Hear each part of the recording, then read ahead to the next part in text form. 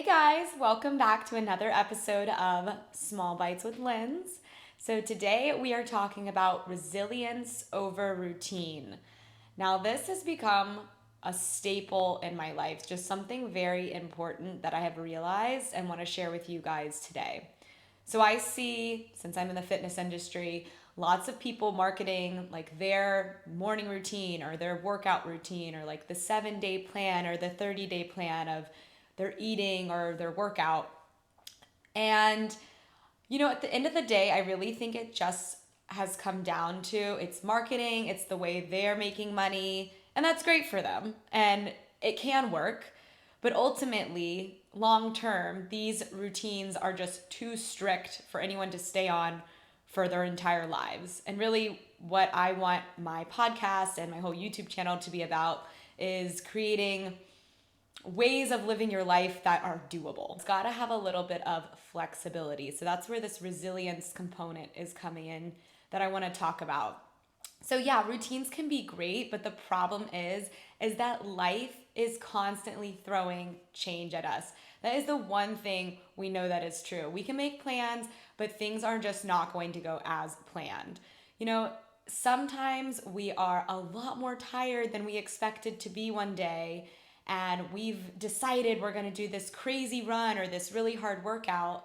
And sometimes we just have to get to a place of listening to our intuition and knowing, I can do this, but today's just not the day, and that's okay. And I bet you will wake up tomorrow and you'll crush your run or you'll crush your workout. But you have to just give yourself a little bit of grace sometimes and some space to maybe take a nap or go for a walk instead. And that's just not something I'm seeing that are in these prescribed routines that everyone is trying to sell you. So in my belief is that if we can get to a place where we start to go, okay, how's my energy level today?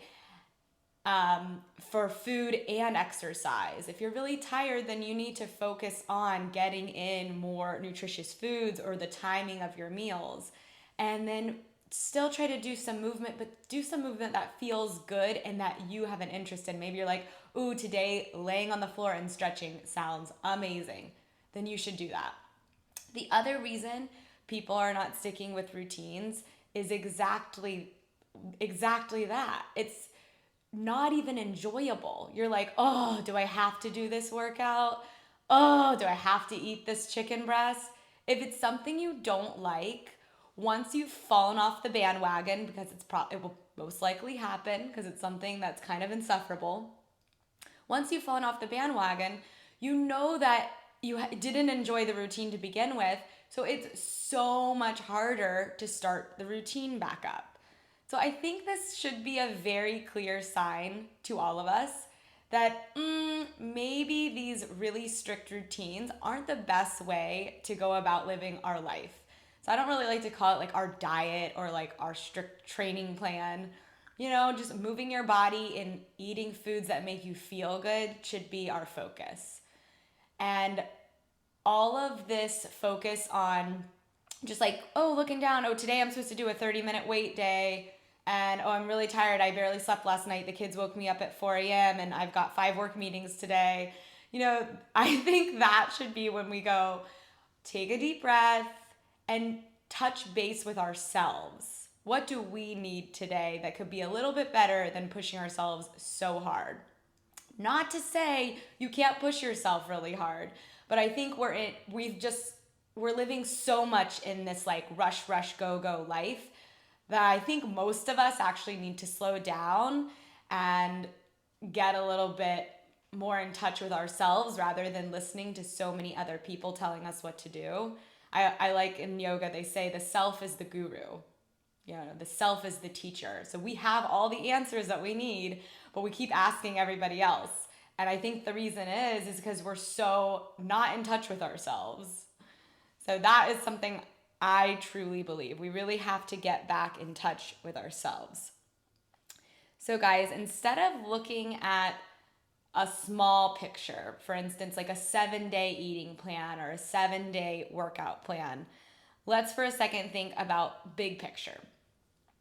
So If you were to do what I'm suggesting, not stick to your crazy routine and just sometimes take a deep breath and go, okay, today I need to do a 15-minute workout that's short and easy and laying on the ground rather than this 40-minute Tabata workout that my routine says I need to do today. So in the grand scheme of things, what I believe will happen is because you didn't push it so hard on a day where you lacked energy and you were truly just tired and you allowed yourself the recovery and the rest that you needed, I truly believe that then the next day or maybe the day after, you're going to be able to hit it really hard. And then I then believe this is like a domino effect. Because you're giving yourself these breaks that are instinctive, you are going to have to learn that from yourself. But over time, you will accumulate doing way more exercise because you're putting yourself in a place where you're not demanding so much that you don't end up hating your exercise and you enjoy it and you look forward to it, because every day you're going to touch base with yourself. Okay, what does my body need today? Rather than listening to this prescribed routine from someone that knows nothing about your life, the demands of your energy for the day. So a lot of these factors are going to change what kind of workout is best for you on a certain day. You know, how much time you have. Do you have to get up super early to do it? Like, is your body still cold in the morning? Might not be the best time to like go all out, you know?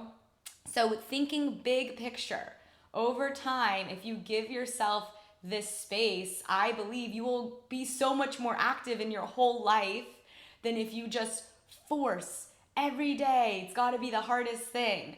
That's just not true at all. You know, go for a walk, enjoy nature. Every time you move your body, it doesn't have to be like, oh, I'm doing this to lose weight or get so strong or get super ripped, whatever it is that you say to yourself. Sometimes it's really important to move your body in a way that just feels intuitively good.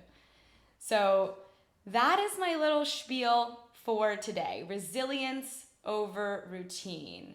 If we really want to get to a place in life where we enjoy movement and we enjoy our food, then I think it's important to come back to ourselves.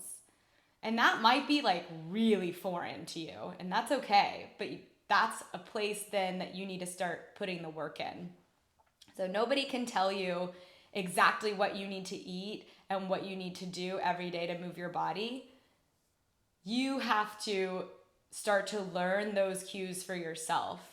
You might have a day where you feel like you are on top of the moon and you're like, wow, I did an hour of cardio and then I lifted weights and then I did Pilates.